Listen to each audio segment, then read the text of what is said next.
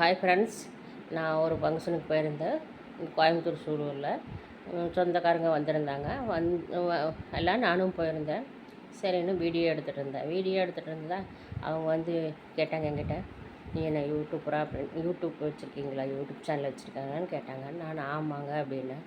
உடனே அவங்க என்னென்னு கேட்குறாங்க, அப்போ அமௌண்ட் வருமில்ல அப்படின்னு கேட்டாங்க.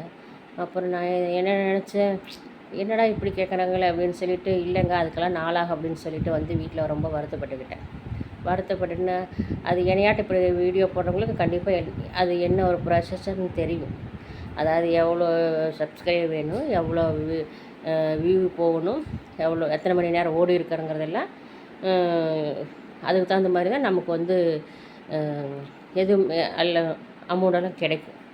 ஆனால் நம்ம உடனே வந்து நமக்கு கிடைக்கணும்னு கேட்டதை உடனே சொல்கிறாங்க பாரு. ஆனால் இது வந்து என்னை கேட்ட மாதிரியே கண்டிப்பாக நிறையா யூடியூப்பு என்னையாட்ட வச்சுருக்கிறவங்களாம் கேட்டிருப்பாங்க சொந்தக்காரங்க. ஆனால் சில பேர் சொல்லுவாங்க, சில பேர் சொல்ல மாட்டாங்க. நம்ம தான் திறந்த புத்தகமாச்சே, நம்ம எப்படி சொல்லாமல் இருக்க முடியும்? அப்புறம் சரின்னு நான் வந்து வருத்தப்பட்டுட்டு இருந்தேன். அதுக்கு எங்கள் வீட்டுக்காரு எங்கள் பொண்ணு சொன்னாங்க, நீ வருத்தப்படாதம்மா, கண்டிப்பாக நம்மளும் ஒரு நாளைக்கு வாங்குவோம், அப்போ வேணால் அவங்கள்ட்ட சொல்லிக்கலாம் அப்படின்னு சொன்னாங்க. ஆனால் அவங்க கேட்டதை நினச்சி எனக்கு வருத்தமாக தான் இருந்தது. சில பேர் ஒரு 200 வீடியோவில் 300 வீடியோவில் ரீச் ஆகிடுறாங்க, 1000 சப்ஸ்கிரைப் வச்சுருக்காங்க.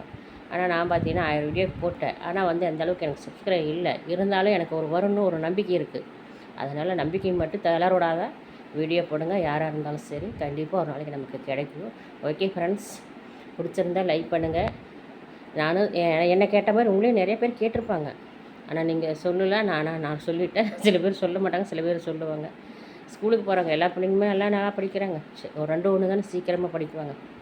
அவங்களும் கற்றுக்குவாங்க. ஓகே ஃப்ரெண்ட்ஸ், பாய்.